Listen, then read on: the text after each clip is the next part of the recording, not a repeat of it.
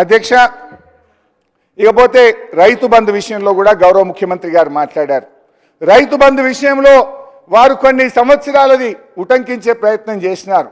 రైతు బంధులో వారు చెప్పిన దాంట్లో కొంతవరకు సత్యం, కొంతనేమో సత్య దూరం. ఏంటి, మేము చిన్న రైతులకు 7,500 కోట్లు రైతు బంధు వేయాల్సి ఉంటే దాదాపు 6,000 కోట్లు మొదటి నెల రోజుల్లోనే ఇచ్చాం. ఏదైనా చివరి 200, 300, 500 కోట్లుంటే ఆలస్యం జరిగి ఉండొచ్చు. కానీ మీ హయాంలో ఇచ్చింది 200, 300 మొదలు ఇవ్వాల్సింది చాలా ఎక్కువ ఉన్నది అనేటువంటి విషయాన్ని మీ ద్వారా గౌరవ ముఖ్యమంత్రి గారి దృష్టికి తెస్తా ఉన్నాం. అధ్యక్ష, మీరు మాట్లాడొద్దంటే కూర్చుంటాం అక్క, మీరు మాట్లాడొద్దంటే కూర్చుంటాం అక్క.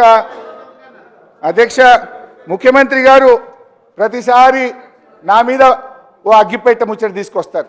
ఇది ఉద్యమకారులకు తెలుస్తుంది ఆ ఆవేదన, ఆ తపన, మా తన్లాట ఆ రోజు. ఎందుకంటే మీరేనాడు అమరవీరులకు శ్రద్ధాంజలి ఘటించిన వాళ్ళు కాదు, ఏనాడు అమరవీరుల కుటుంబాలను పరామర్శించిన వాళ్ళు కారు, ఏనాడు పాడెమోసిన వాళ్ళు కారు. ఉద్యమకారుల మీద తుపాకులు పట్టుకొని పోయిన మీకు అమరవీరుల గురించో తెలంగాణ పోరాటం గురించో మీకు తెలుస్తుందని నేను అనుకోను.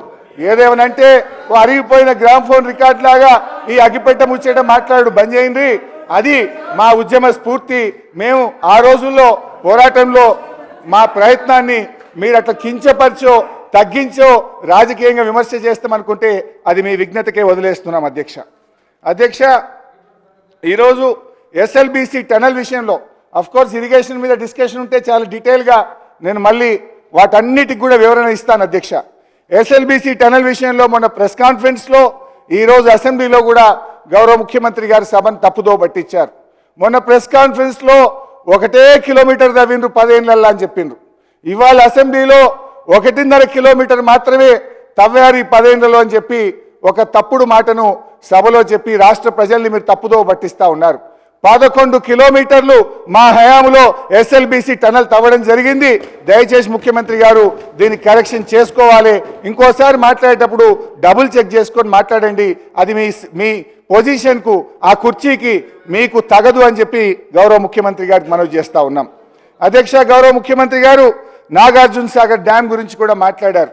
నేను మీకు ఇచ్చే సూచన, విమర్శ చేయాలంటే నేను చాలా చేయగలుగుతా, అఫ్కోర్స్ నా వల్ల నా మైక్ కట్ అవుతుంది.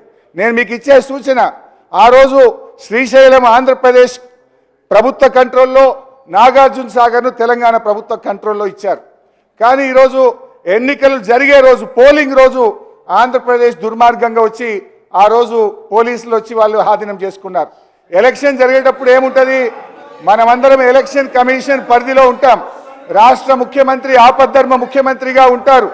అయితే నేను మిమ్మల్ని కోరేది ఏంటంటే, ఇవాళటికి 2 నెలలైనా సిఆర్పిఎఫ్ పోలీసుల భద్రతలో ఇలా నాగార్జున సాగర్ ఉన్నది.